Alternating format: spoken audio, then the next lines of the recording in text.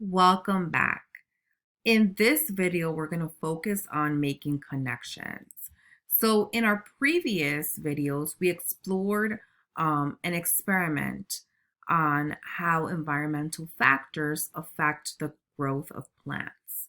Now our focus is making connections between those experiments and our algal bloom situation in Lake Temescal.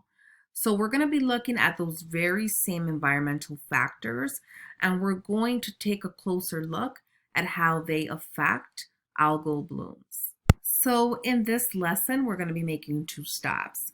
The first stop entails reading about nutrient pollution and reviewing some diagrams that go over nutrient pollution in a more visual manner. And in our second stop, we're going to analyze Sarah's experimental data, and we're going to complete a claim, evidence, and reasoning activity. So what is eutrophication or nutrient pollution? While they're natural sources of nutrients in the sea or bodies of water, but nutrient pollution can occur when nutrients from the land run off into local waters. Nutrient pollution can be thought of as the rocket fuel that can make algae grow rapidly. It gives them a buffet of nutritious substances to live on. So let's look at a diagram to explore nutrient pollution a little bit more closely. So in the first picture, we see fertilizer. Actually, agriculture is a huge contributor to nutrient pollution. So in the first picture, we see how fertilizer is applied to fields. Now, in the second picture, you notice clouds, right? The conditions are changing. The weather conditions are changing. And so it's bringing forth precipitation or rain, which is made worse by hurricanes. And it washes some of this fertilizer into streams, lakes, and eventually the sea. Now, in our third visual, we see runoff from other sources, such as households, also polluting the water with nutrients. And so what we're witnessing is how connected what happens on land is with what happens in bodies of water. The pollutants from the land are being washed off into these bodies of water by rain.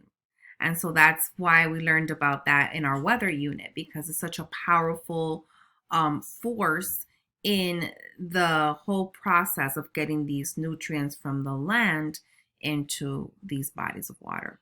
So now that we have some background, let's explore Sarah's experiment. So Sarah wants to see what happens when you add nutrients to a beaker that contains algae. So she will add fertilizer to one beaker and compare that to the beaker that has no fertilizer in it. So beaker A has 250 mLs of tap water. It also has 2 milliliters of algae, and it's set up in a sunny window for 2 days. Now, beaker B also has 250 mLs of tap water, 2 mLs of algae. It has been set up in a sunny window for 2 days, but we're going to add 1 tablespoon of fertilizer and mix it. Or Sarah's going to add 1 tablespoon of fertilizer to mix. So at this point, I want you to pause the video and think about what you believe will happen after those 2 days. And then press play to observe what actually took place. All right, so welcome back. It has been 2 days since Sarah set up her experiment, and she went back to see what was going on. So what you're observing on this slide is exactly what Sarah saw. So for beaker A, there wasn't much algae growth, but for beaker B, we saw the total opposite. There was so much algae that grew in that beaker that it actually tinted the water a green color. So I want you to ask yourself, what do you think caused that, right? I want you to go back to the previous slide and really think about the cause, right? And then observe the effect.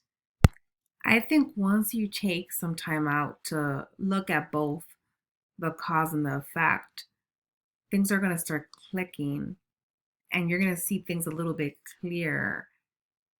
And you're going to be able to make better connections with what's happening here in Sarah's experiment and what's happening in Lake Temescal with the algal bloom. All right, guys, now that you've analyzed Sarah's experiment, now that you've reviewed some information on nutrient pollution, let's wrap everything up with our claim, evidence, and reasoning writing piece. I have included some prompts to help you with this graphic organizer. Now, once you complete the graphic organizer, I always encourage my students to complete their final piece in a short response or extended response format, depending on how much they've included, to kind of bring it full circle. So for claim, I want you to think about how an increase in precipitation affects the algal bloom. Does it increase it or does it decrease it? For evidence, what data from Sarah's experiment supports this? And for your reasoning, I want you to discuss how does an increase in precipitation change the amount of nutrients available in bodies of water like Lake Temescal. You have all the tools you need. Feel free to go back to the beginning and reread some of the material, look over the diagrams again, and really analyze Sarah's experiment so that you're prepared to write a quality CER that just brings all those components together beautifully. All right, guys, I wish you the best of luck and go ahead and impress your teacher with this amazing written response.